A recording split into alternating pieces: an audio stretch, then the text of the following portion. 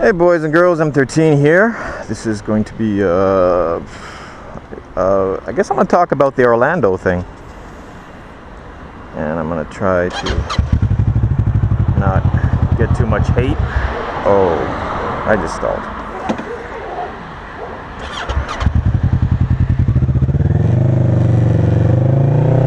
Alright. I've got two cameras going. One is, very high quality, and the other one is my sunglasses. I'm using my sunglasses for the mic. Yeah. I wanted to, the whole Orlando thing. You know, obviously it's tragic, obviously it's horrible, but it needs to be looked at. You know, like if you were to take all the victims of all the mass shootings in America ever and put them all together, it would be just a drop in the bucket compared to Iraq, Afghanistan. So let's not compare it to that, because you just really wouldn't care. But let's compare it to cell phones. Every year in America, over, I think it's like the statistics are over 3,000, over 4,000, I think it's around 4,000 people die from someone using their cell phone in their car. So, in other words, that means last week, 70 people, 70 innocent people, children, people walking to school, people walking to work, were mowed down by people in cars who were texting something. And the week before that, another 70 were killed, and the week before that, another 70.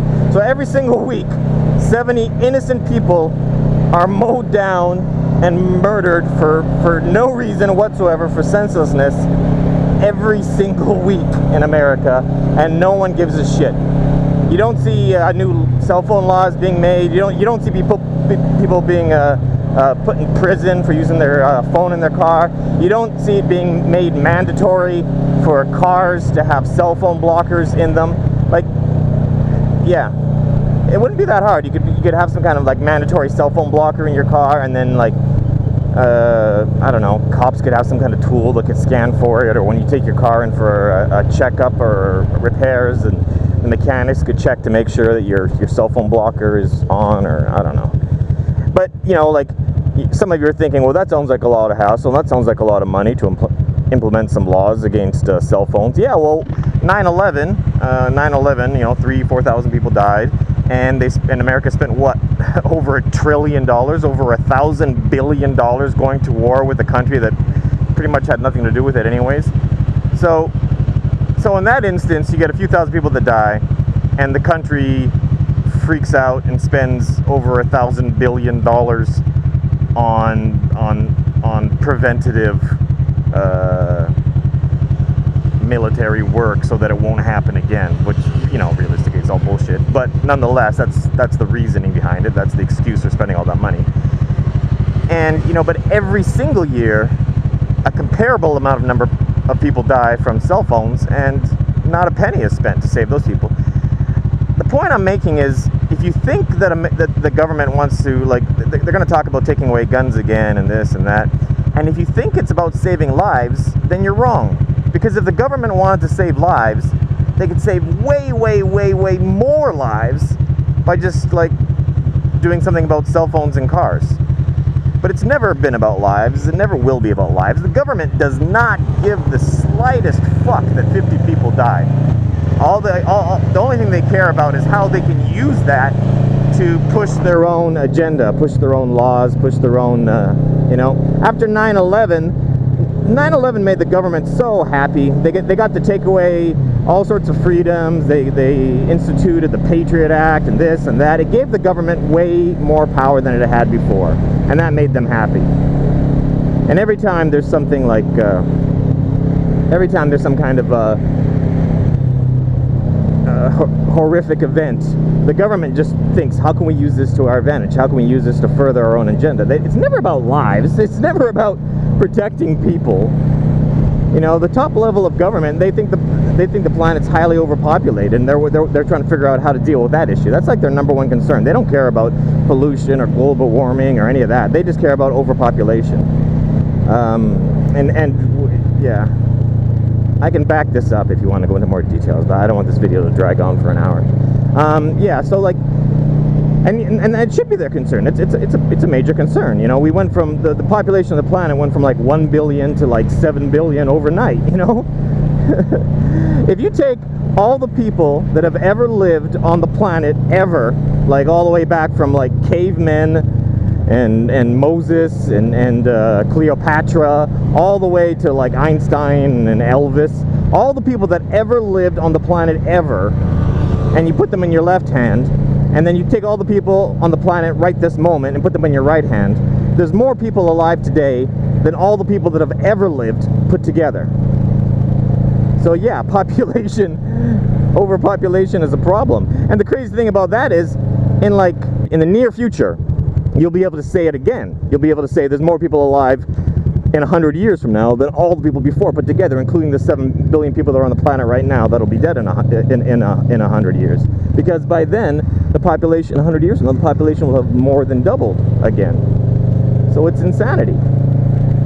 Anyways, so yeah, if you think the government cares about saving lives or cares about anything, like look at the fucking Flint water thing. You know, an entire city poisoned and dying in America, and no one gets punished. No one. Like, no one's in jail. Like, there were people that knew what was going on. There were people that were in the know. They knew that the entire city was drinking poisoned water, and like little babies and shit are drinking poisoned water that's gonna, like, and they're not developed yet. Their brains aren't developed, so it's going to retard them for their entire fucking lives. They'll never reach the potential they should have. An entire city poisoned, and no one gets punished. Why does no one get punished? Because the government doesn't give a shit about health or lives. Yeah, so I don't know. So the point I'm making is I'm not trying to belittle the tragedy, because oh, poor guy. That's an older guy pushing a scooter, and he's got a long fucking way to push it too. Like, there's nothing on this road. Where's he gonna push it to? I'm trying to think how I can help him. There's not much I could do. I could maybe go get like if he's out of gas, I could go to a gas station. Yeah, okay, I'll go back.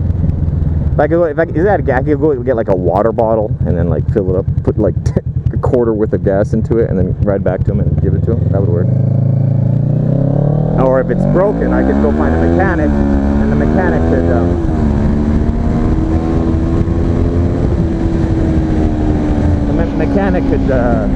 come pick him up in a truck. Pushing it, like, he's got another couple kilometers to go. One of my recent tours, we're all riding scooters, and we came across a guy on a motorcycle, and he was riding really slowly because he had a flat tire. So I made him stop on my scooter, and I have a tire repair kit that I keep on my scooter. So I fixed his tire on the side of the road. I probably have some pictures of it or something. Just remind me of this.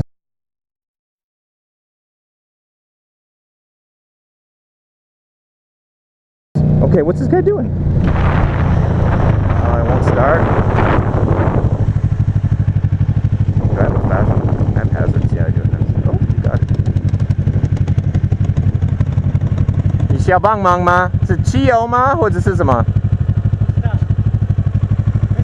它有汽油吗？有。所以应该是马达。可是如果是马达的话，你要找一个修车子的人，告诉他们开车来载你吗？去吗？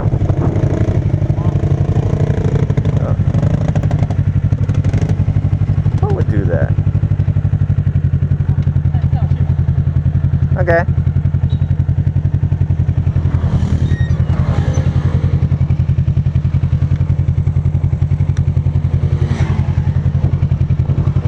There you go. This guy's brave, man. Yeah, 一直收这里。Okay. 一直收像这样子，一个帮手这样子。 你说前面的十字路口右转，对不对？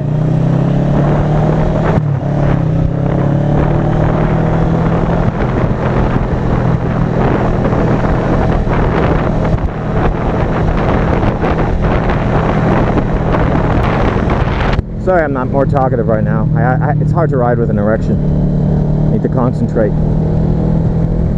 Yeah, I'm kidding. I don't mind. I'm not homophobic, man. I'll ride with a guy on the back. I'll ride with a stranger on the back. Fuck. It's no big deal. Although I do have to fart. I don't think... Do you think... Nah, he's not going to notice. You never know, though, because air does weird things when you've got, like, two bodies and, like, on a bike like this. So I don't know where we're going, man. It's far.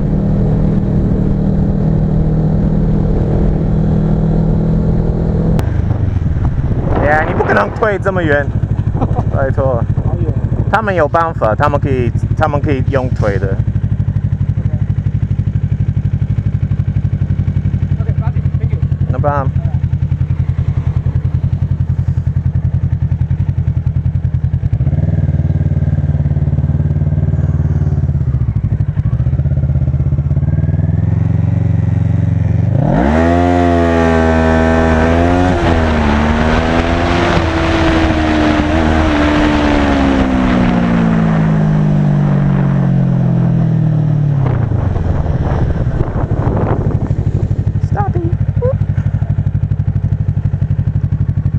Yeah, so what's it talking about?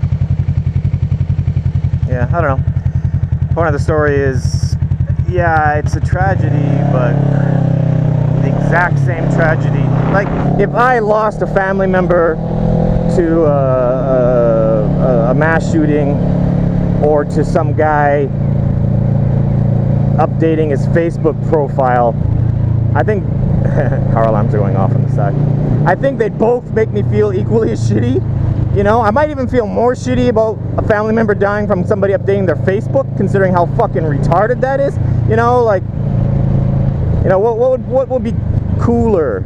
How'd your brother die? Oh, he was taken out with an assault rifle at a club, or someone updating their Facebook profile from single to it's complicated, ran him over. You know, it's like. So yeah, I don't know.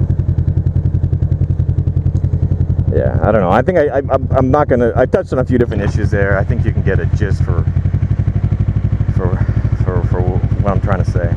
That's the end of